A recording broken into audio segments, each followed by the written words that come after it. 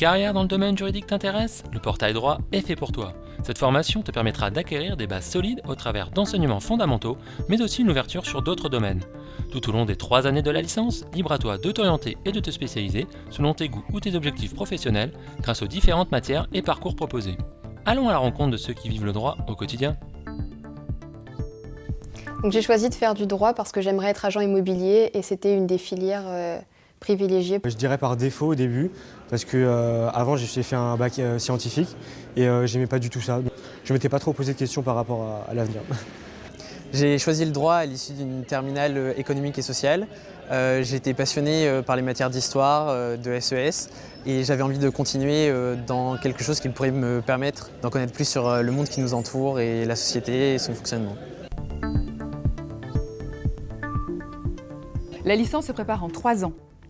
Tout au long du cursus, la formation offre des matières juridiques et des matières transversales qui permettent une ouverture sur d'autres domaines que le droit.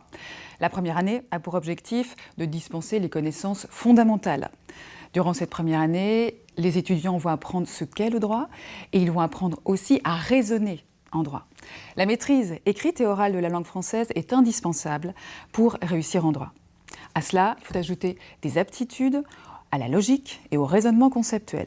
Sans oublier une grande curiosité pour toutes les questions d'ordre économique, historique, social et politique. Enfin, l'étudiant doit être capable de travailler de manière autonome.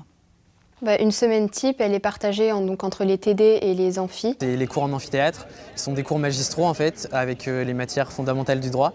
Et par la suite, on a des cours en travaux dirigés, qui sont donc des cours en effectif réduit. On est un petit groupe de 30, avec un chargé de TD qui est vraiment là pour répondre à nos questions et pour aller plus loin.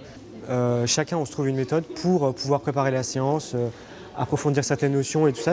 Et ça, c'est vraiment très important à la fac de pouvoir trouver une méthode personnelle. On passe beaucoup de temps à étudier en plus des heures de présence à la fac. Après, ça dépend des personnes. On arrive quand même à créer des petits groupes d'entraide, mais il faut quand même fournir un travail personnel assez important. On a beaucoup de facilités qui sont mises à notre disposition à la fac, avec les salles, mais aussi la BU. En comparaison avec le lycée, c'est vrai qu'il y a une plus grande liberté. C'est aussi des cours qui sont plus axés sur ce qu'on a envie de faire plus tard, donc automatiquement c'est plus intéressant. Et on peut aussi rentrer dans le monde du travail en ayant un emploi étudiant.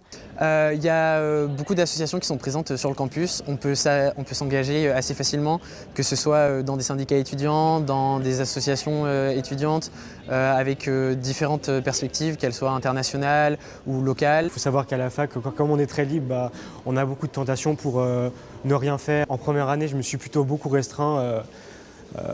Parce que je me suis beaucoup mis la pression, c'est plutôt mon caractère, donc je me fixais certaines limites et du coup je sortais pas forcément beaucoup.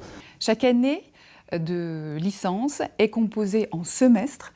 À l'issue de chacun des semestres, des examens sont organisés. Ces examens sont appelés la première session, ce qui signifie qu'il y a une seconde session. C'est appelé plus familièrement la session de rattrapage et qui est organisée au mois de juin.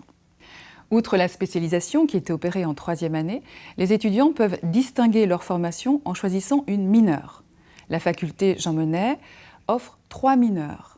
Connaissances en informatique d'abord, connaissances en sciences économiques et sociales ensuite, enfin, fondements juridiques et systèmes juridiques. Ces certifications complémentaires permettent de donner une coloration supplémentaire, une affirmation sur les parcours choisis par les étudiants. Je pense que les mots qui définissent le mieux le parcours du droit, ce serait la rigueur, la technicité, parce que le droit est une matière quand même très technique, et aussi la volonté de travail. L'intérêt, parce que les sciences, par exemple, ça permettait de comprendre comment le monde concret commençait. Mais là, c'est voir comment la société fonctionne, donc c'est vraiment super intéressant. Motivation, organisation et autonomie. La motivation tout simplement parce qu'il y a une forte quantité de travail à fournir.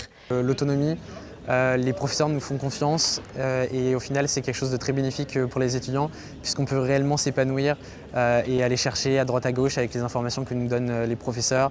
On peut poser des questions aussi, c'est quelque chose dont j'avais extrêmement peur en sortant de la terminale. Chaque année, plus de 800 étudiants s'inscrivent en première année. Ils se répartissent sur les sites d'Orsay et de Sceaux. 7 étudiants sur 10 suivent l'intégralité de l'enseignement et se présentent aux examens. Et leur taux de réussite est de 68%. Ils sont actuellement en seconde année.